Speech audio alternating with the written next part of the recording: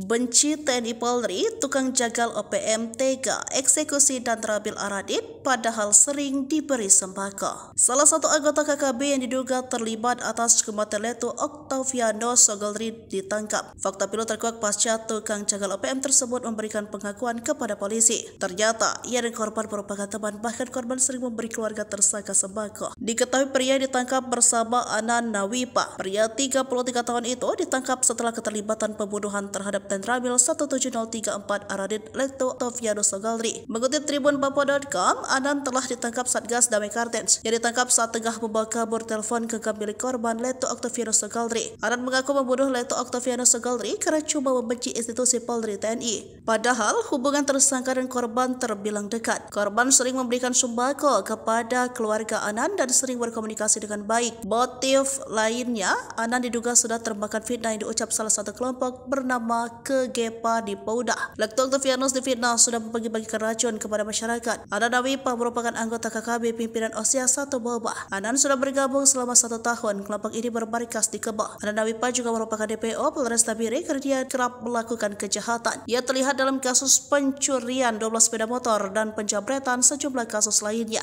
Akibat perbuatan itu, Anan Nawipa pernah ditangkap Polres Tabire, namun ia berhasil melarikan diri. Mengutip Tribun Papua.com, Kombes Pol Faisal Ramdhani selaku Kasatgas Damai Kartens 2024 menyebut kelompok ini melakukan pembunuhan terhadap Tenramil 17034 Aradit karena mereka sangat membenci anggota TNI Polri. Tak hanya Anan Nawipa, pembunuhan terhadap Tenramil 17034 Aradit ini dilakukan beberapa anggota KKB lainnya.